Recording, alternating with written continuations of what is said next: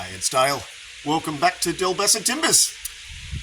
Today I've had a request from someone to give a few hints on how to actually service a chuck. Now this is my big Vicmark chuck. This is my Vicmark 120. So we're going to pull it apart, give it a clean. I usually try and do this about sort of once every 6 to 8 months. This one I haven't actually done for 12 months, so it's well and truly due, but I don't use it as much because it's just got the big jaws on it. Alrighty, so what are the things that you actually need to be able to do this? There's quite a few. So we need, for my chuck, and they are different for different chucks. My big Vicmark here, I need a 4mm Allen key. I need a 2mm Allen key. Need some circlip pliers. We'll need some long nose pliers. We will need probably a tapping stick, a rubber one with softy bits on it. Once we've got it all open and give it a clean, we'll need a bit of a brush to give things a scrub out. Often I'll use my air gun as well just to clean out all the crud. We'll need some WD-40 if things are a little bit tricky to get stuff open. And we'll need some lithium grease. Good gear. That will help to lube everything. Now on most chucks, you will need to remove the insert, which is that bit there. That's what goes onto the spindle of your lathe. Now in this case, because it's my big chuck, the collar, which is this bit there, will actually slide up and over that. Usually though, you've got to get rid of that insert, pull it out, because otherwise you can't get this collar off. Experience has told me that. Okay, so step number one is to take off your chuck jaws. For that, on this one, I need a 4mm Allen key. I won't bore you with the details because it's just undoing some screws. The other thing is, grab yourself a little buckya and put all of the bits in it. These little tiny screws have got a nasty habit of going walkabout. I've always got a bit of a collection of them on stock just in case they actually do go walkabout, but whack them in a little bucket and they can't go missing.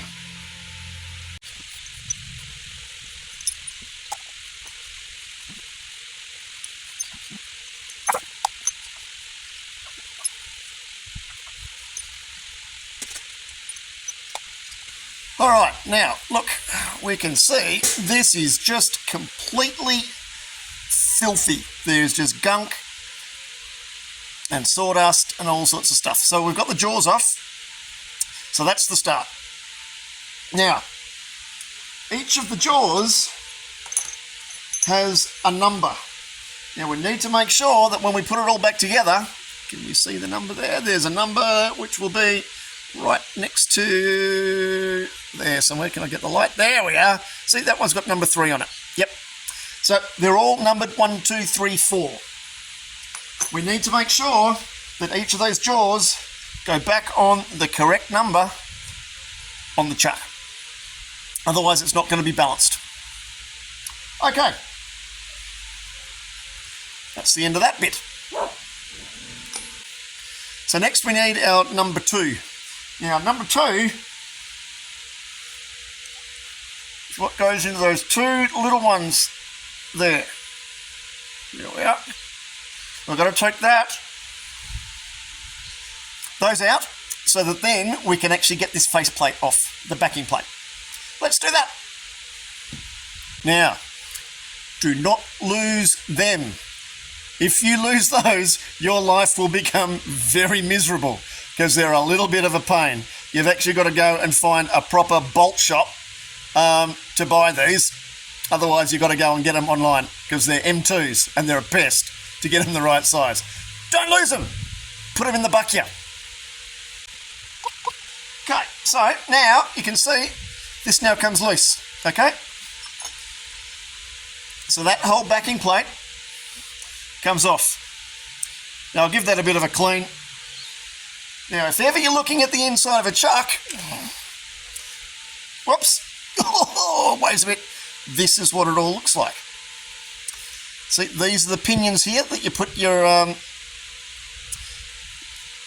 chucky turny bit in, and that's all the gears and the drive inside. Now, if you look here near my finger, there is a pin. There's a pin here, and there's a pin over on the other side. Now, this is where this hammer comes in important, because we've got to get those pins out. Because if we don't get those pins out, then we can't get those spindles out. Then we can't pull the rest of it apart. So, we grab the tapometer. You can't see very well here. Hang on, let me move things around. Right.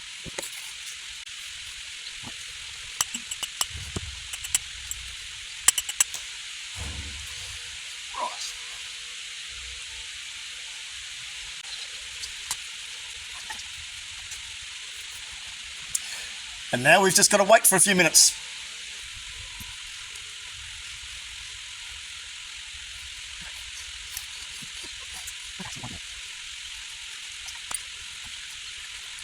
I've got another one in there that's actually fused in, so that's not coming out. But what I thought I would show you though is what that looks like in there. So that's where it goes, down in here. So that is what goes in there, and it goes in actually in that way. Oop, there we are. Now that pin slides right down in that groove, and that's what locks everything in and holds everything together. So when we put it back together like that, that just pops in there and pops into the hole that's down in there that you can just sort of see. So for the argument of this, I'm not going to pull the whole damn thing apart because that's a pain, but the other thing you need to see is right down in there, if I can get the light right, is a circlip. Where's the top of it? Right there, at the top. Okay, so right down there, next to that other pinion. Now that circlip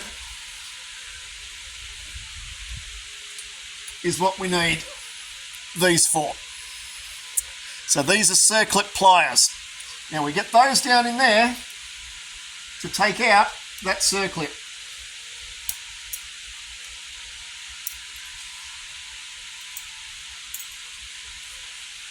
Now when we take that circlip off and we've got that other pin out, then that whole pinion and the whole gear in the bottom will be able to be taken out. But as you can see, because this one's got a solid back on it, you can see there's not actually at all much gunk in there. Now that's been 12 months since I've done that, since I've cleaned it out. Now I can't remember if I actually got that other pin out before, or whether with this one I just gave it a clean out. But that's all I'm going to do with this anyway. I'm just going to give that a bit of a clean. So I'm going to grab the brush.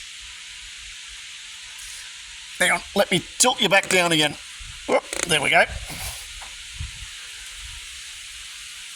Now grab the brush, make sure there's no gunk on it. We're going to get in there and give it a good clean. Now that's pretty good in there. Usually I'll actually just get my air gun in there and blow that out.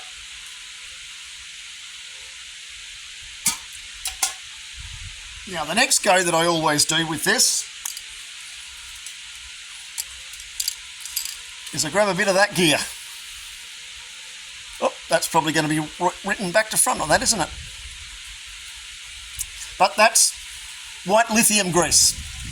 So grab a bit of that, and just on those gears, give a little bit of a spray. That's oodles, and of course, I put it bloody everywhere, didn't I?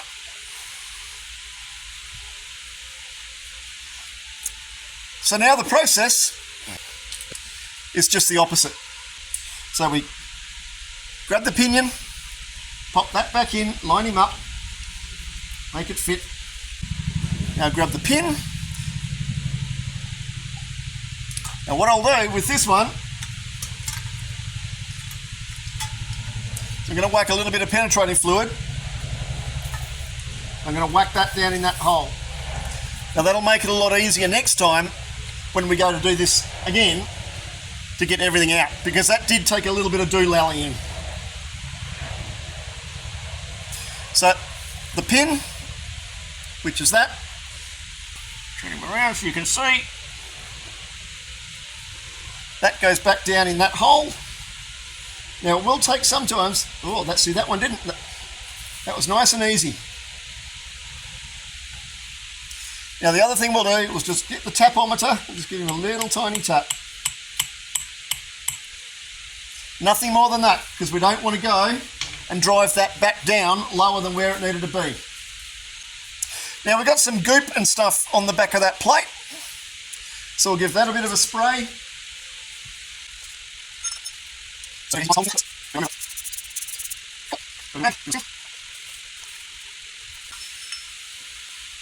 we go, and all that residue is now gone off that. So then we can turn that back around.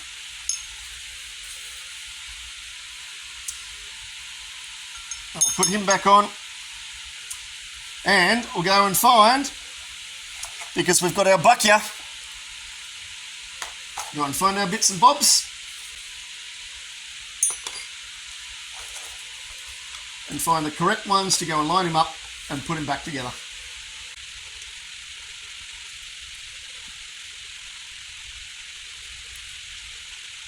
Now the other thing with all of this is you don't need to over tighten it.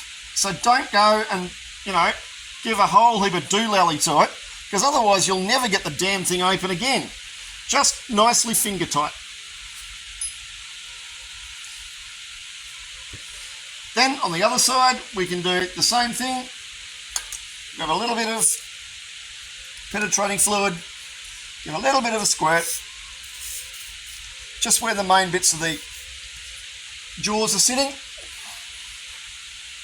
Give that a little tiny bit of a wipe, and a spin, get rid of all the gunk off it. There we go.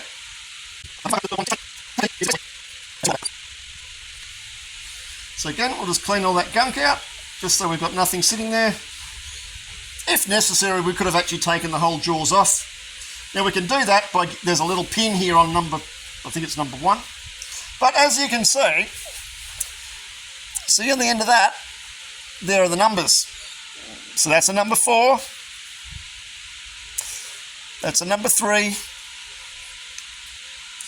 that's a number 2, and that's a number 1.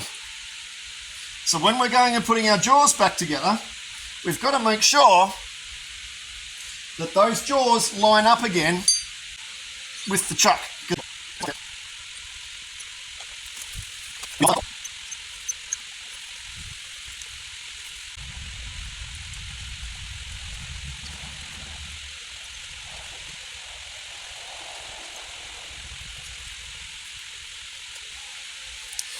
So these ones you definitely do want really firm.